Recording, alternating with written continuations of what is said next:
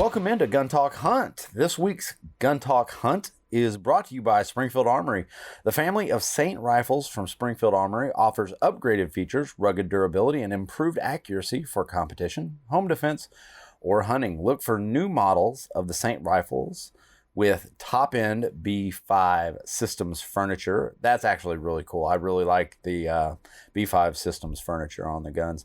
And that combines comfort with ample M-LOK space to customize your Saint to fit your shooting style. Found out more at springfield-armory.com. Also brought to you by Timney Triggers, a company who understands hunters because they are hunters. I kid you not, if you know the guys over there, John Veer and Chris Ellis, those guys are animals about their hunting. They're ridiculous. They're out in the field all the time. So who better to trust your trigger with than Timney Triggers? They build state-of-the-art mechanical triggers that are easy to drop in to immediately better your shooting. It's that easy. Each one of the triggers is hand assembled and tested in the action. It was designed before it is delivered to your doorstep. Trust Timney, trust excellence, and succeed with the world's finest trigger.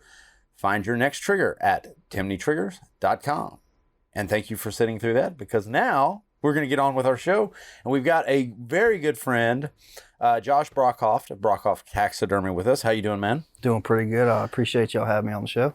No problem. So you and we met, it was my first year here, and I brought in, and I'll never forget this, I brought in a deer skull to you just to have, and this is something that Josh absolutely hates about me because I don't give him skull mounts only. Skull mounts only. I haven't given, and when I do, you are the guy that I'm going to trust with my whitetail or whatever it is going to be. Hopefully in a few weeks I'll go up and I'll get an antelope and we'll be all good. But I brought in this, I think it was a big 9-point. Probably 100 and high 30s, maybe low 140 class, 9-point, big chocolate antlered monster whitetail. Yeah. And I was questioning your wanting to skull mount a deer with 11 and 12 inch G2s. Yeah. And so that's, it kicked off a conversation about Oklahoma. Yeah. And that's kind of what. Yeah. Cause at the time you were traveling out of your home state of Louisiana to go to my old home state, which is Oklahoma, and hunt whitetail. So that's like immediately we were bonded over that. I mean, because now you hunted like the thick stuff of eastern Oklahoma. It was southeastern Oklahoma, mainly pine. Yeah. But yeah, a little different for sure. So you're a taxidermist. We're going to get into all of that, but let's talk about the idea of like traveling out of state to hunt, because how did you decide, you know what, I want to go elsewhere? And how did you go about finding a lease in another state? Getting out of state was big for me because I grew up in Louisiana, and this is all I've ever known.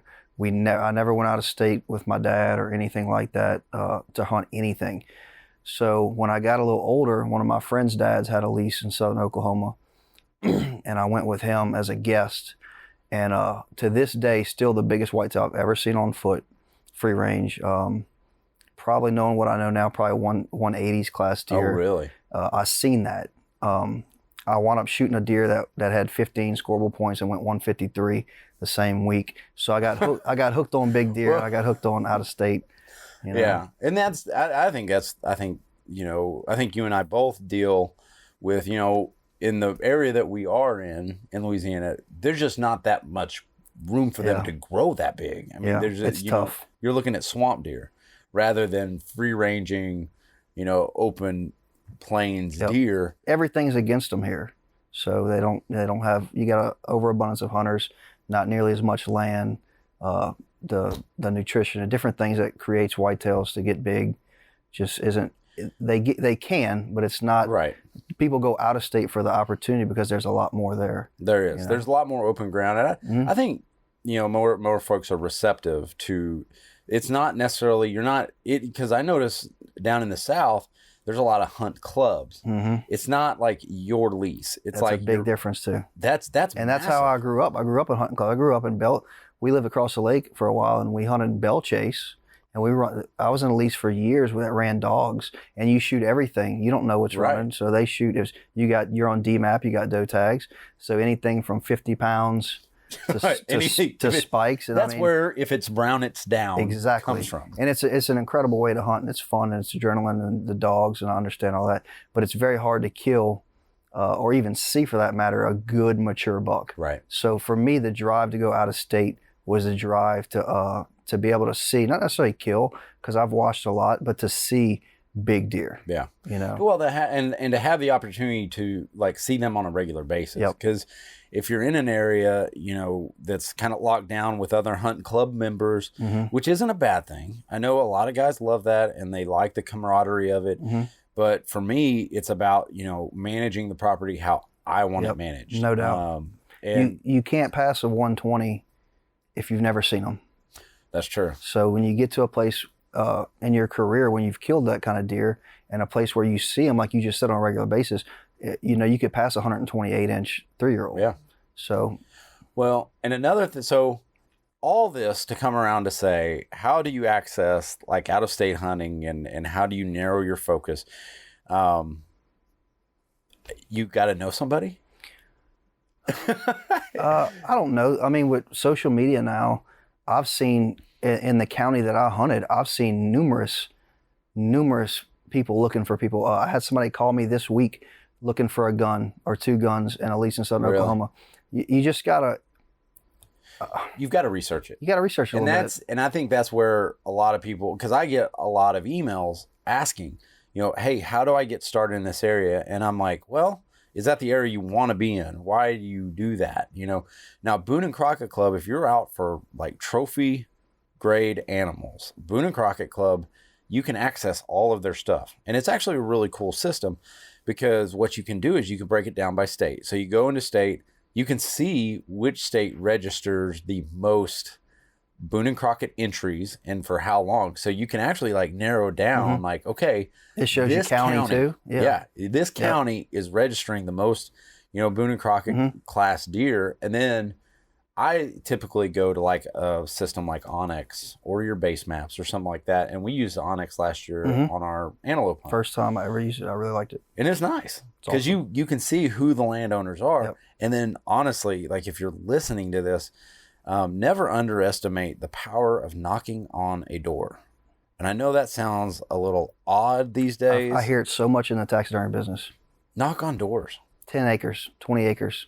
Yeah. Guys come in with 140, 150-inch deer from Missouri. They knocked on a door, and some little old lady gave them permission to hunt a small piece and kill a big deer on it.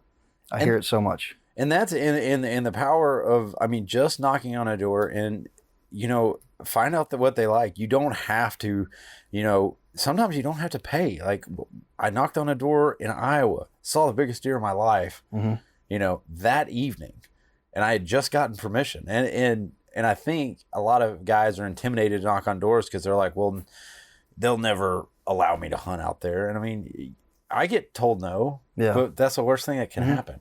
No, I agree. It is intimidating, especially if, in my opinion, if you're not used to the out-of-state stuff to begin with. If you're used to not doing anything out of state, then anything out of state is going to be intimidating. A lease out of state is going to be intimidating. So it's the public land thing is intimidating. Yeah. You know, well, and you had the first time experience last year with that. Yep. And it was funny because, and I always extend the invite, you know, hey, if you want to go hunt with me, that's cool. Let's go. Let's have a good time. More than likely, it's going to probably be on public land. Yeah. Which is difficult because, as you noticed last year in our antelope hunt, like you are not only hunting against like the antelope, like you're hunting for them, but you have to go against every other hunter out there. Yeah. And you have to come up with a solid game plan and trust the process. But your first out-of-state hunt, very successful. Very successful in all areas. I mean, from somebody that didn't know anything about the animal, honestly. I mean, I knew what an antelope was, but I did That's a good thing. That's the first key. You would be surprised that people, you send a picture and I've had people text me back and say, man, what is that? Real? Yeah. And obviously not big game hunters, but Right. you know, I didn't have a lot of research into. They sit there and they go, Yeah, what is that? Did you- You know, thinking thinking are it's you some hunting in kind of South Africa now? yeah, or thinking it's an exotic from Texas or something. Right. You know, you shoot a aoudad or something. Nobody knows what that is. That's not into the hunting industry. But just doing a little research and learning what the animal was, and then that's pretty much where I started with that. You know, from that to learning how to fly and hunt and go from plane to plane and bring I think weapons. that's one of the bigger misconceptions is how easy it is to fly with guns. I mean, if you look at it, we have this perception of, you know, the big companies are against guns. They're just against guns. And we kind of like blanket everyone with them. Mm-hmm. And when you and I flew, I mean, you were kind of walking through the process with me. You were right behind me in line, and you know, you guys went up to it and I said, here's what you're going to ask for. You are going to ask for a firearm declaration form. And, you know, even like years ago, they would want you to open up. They'd want to examine it. Well, sometimes they don't even know what they're looking for. Yeah. But as long as you keep your ammo separate, just keep a spare box of ammo, keep your ammo in there, ask for the firearms declaration. You're going to fill it out. They're going to sign it, and you're going to throw it in your gun case. They don't even have to see your guns. You just open it up, throw it in there, and you're done. It was literally that easy, and it didn't take much time off of what we'd have been doing anyway. So that was really surprising to me. How quick that went, and how we weren't pushed aside and just, you know. Now, it needs to be said that every airport is different, because we flew into Denver, and so when you fly back out of Denver, you've got to allow your time. You got to allow yourself more time, because what's going to happen is you know, every airport is different. You know, the airlines are different, how they approach it. So we had to go up, ask for the firearms declaration form. They gave it to us. We threw it in the thing, and then we had to wait for basically a sky cap, someone to come escort us with our guns to a guy, basically one guy for the entire airport, who looks at the gun, or he opens the case, make sure. I don't know. Who knows what he's looking at? I think he don't even know what he's looking at. He probably no. See, I think he does. I've actually figured this out. I see this. It's the same guy every single time. Really? Yep. Okay. He's about 6 foot tall, about 67, 70 years old. I think he's a gun guy. I think he just enjoys looking at what people are carrying. Maybe so, yeah. I think that's what it is. I think he's just a gun guy, but nicest guy. But he sends it through the little X-ray machine. He pats down the whole, you know, gun case and, you know, what's under the foam type deal. Mm-hmm.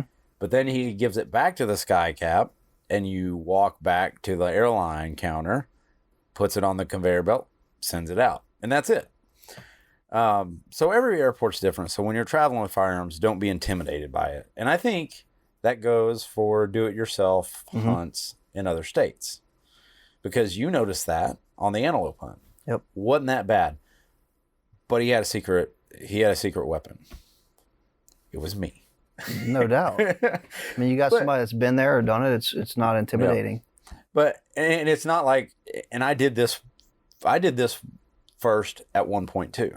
I mean, there was a first time for me, and that was intimidating. I brought, and you know how much stuff we brought, because I kid you not. Okay, so we are talking with Josh Brockhoeft of Brockhoeft Taxidermy here in the wonderful state of Louisiana, and he decides he's going to go on this antelope do-it-yourself with me, which I'm going to be doing again. This will be like my 6th or 7th year to do it, and it's just a fun hunt. It's a very social hunt. If you go with buddies, go on this hunt. I'll tell you anything you want to know about it, but just email me at kj@guntalk.com. I'll tell you how to get started.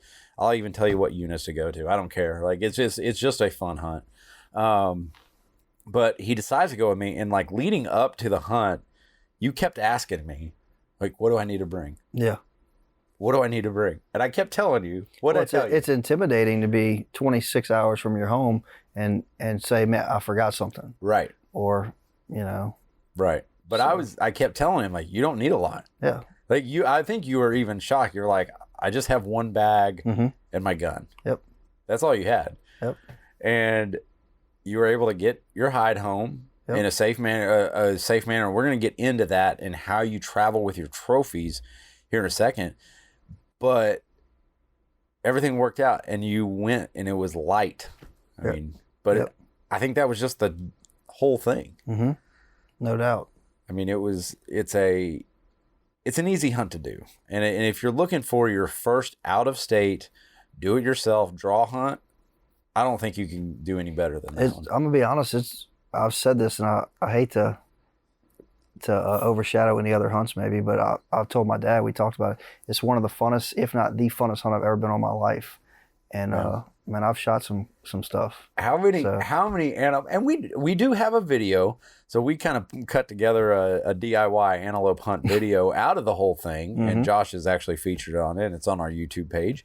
But it was funny because you don't realize how many antelope there are until you're actually hunting them. That's why you can give the unit away. Yeah, you're not going to kill them all. Exactly, you can't kill them all. No, you can kill one. I mean, you get one when you go out there. But you're right.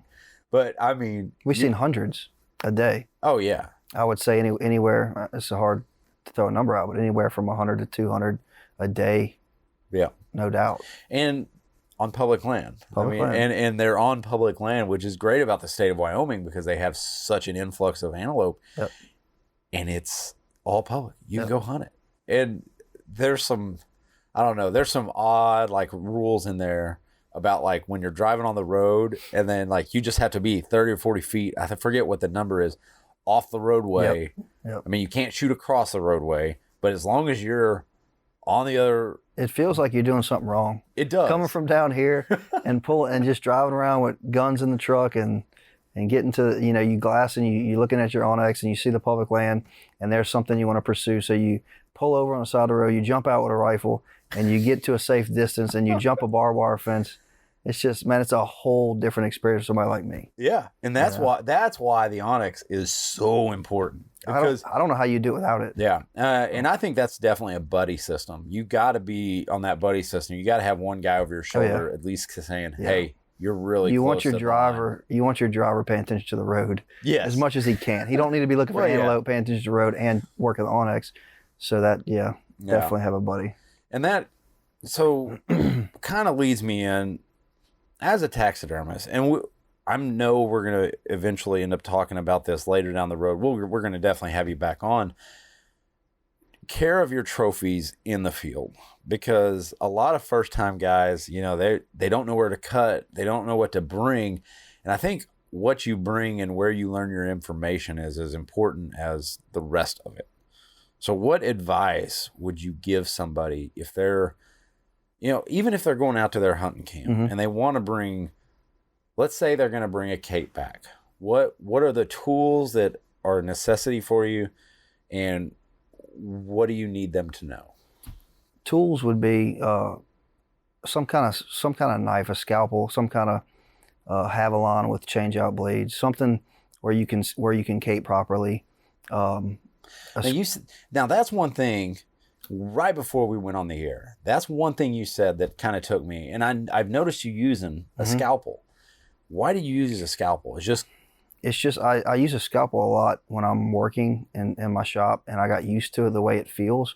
You cannot, I don't care what kind of knife you got, unless you got a razor on it. You're not going to compare to the cutting of a scalpel. It's so easy. It's effortless. You can move that thing. You'll struggle with a knife.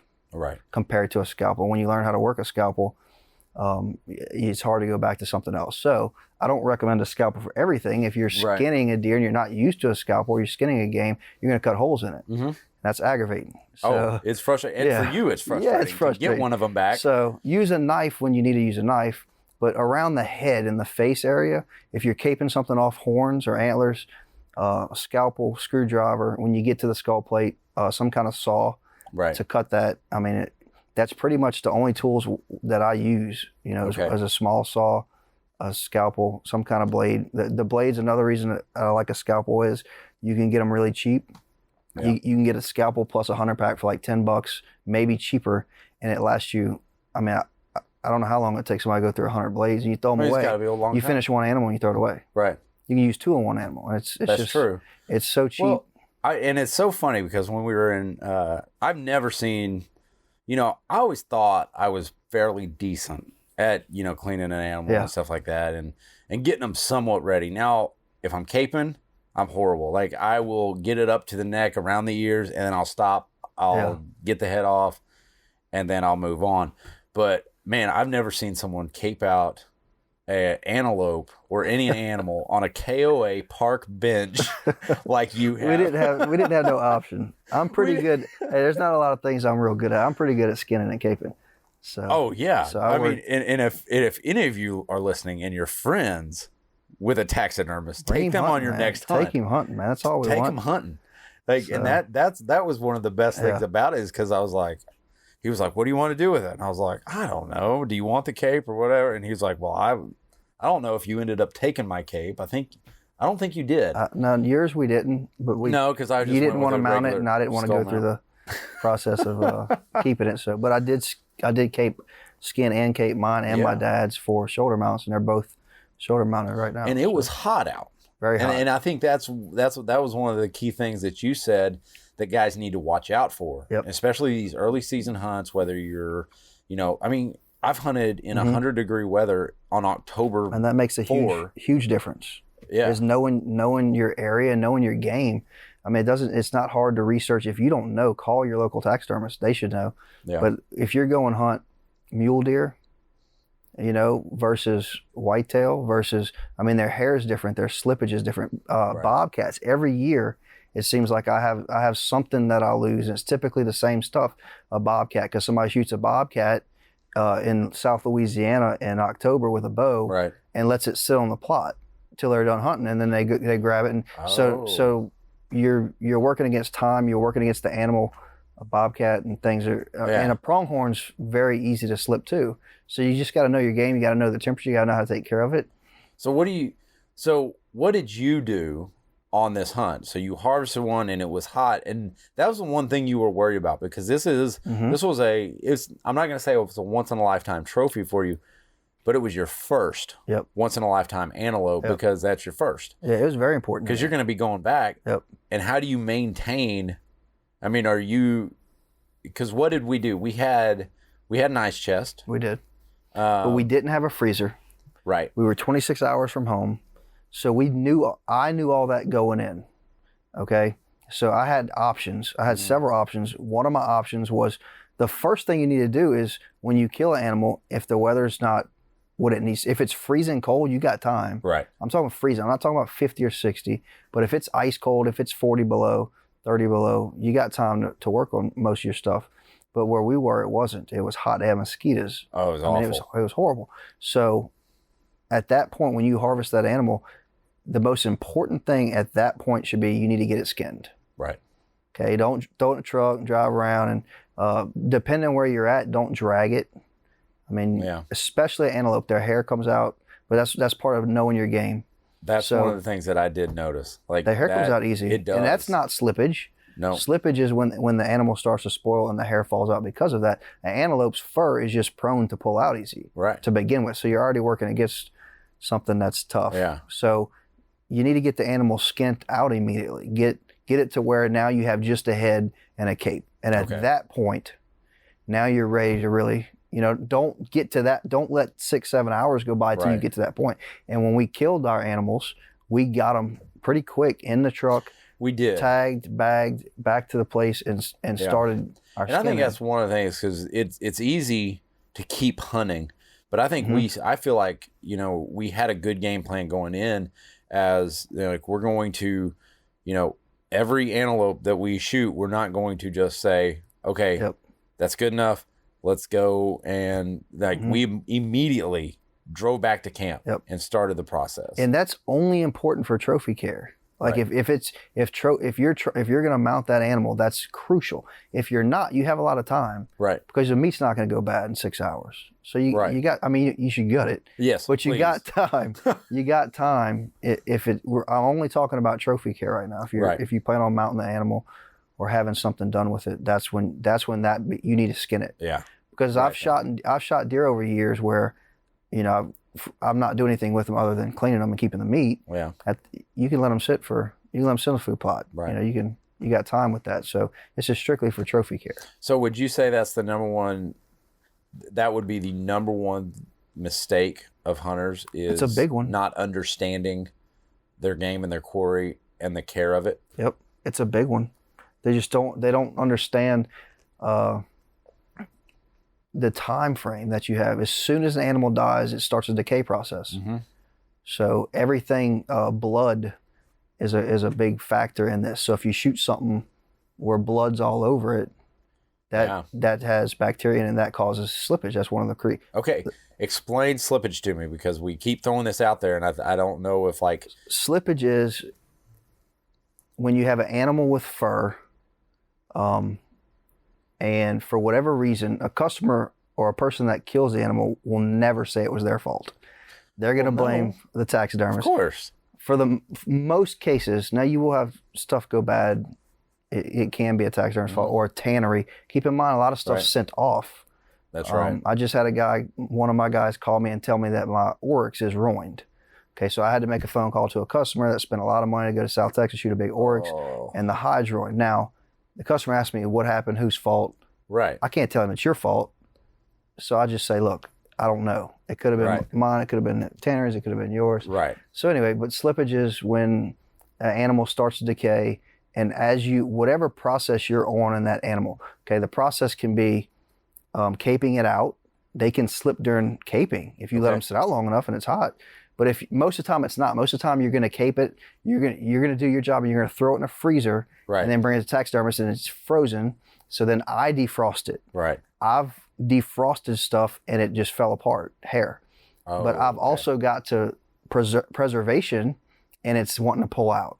Gotcha. Like some point in the process, the hair follicles just fall out, and there's different levels of that. I mean, sometimes you could pull it and it's wanting to come out, but sometimes I put it in my sink to wash it and it's ruined. I can't do anything with it. So that's got to be the freaking worst feeling. It's a bad feeling, and that's, if it's a whitetail hide, I can work with that because I can replace it and the customer understands. But what if it's a lion?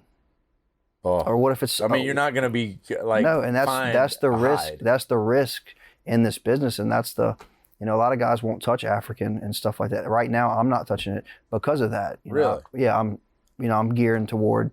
I got North a lot American of. game, I got a lot of work whitetails. right now. There's a lot of reasons I don't want to, but part of the reason is I don't want to touch somebody's $50,000 animal that they went to go kill. Oh, that'd be awful. And then if that's ruined, how do you can't replace it? No, there's no replacing that. So.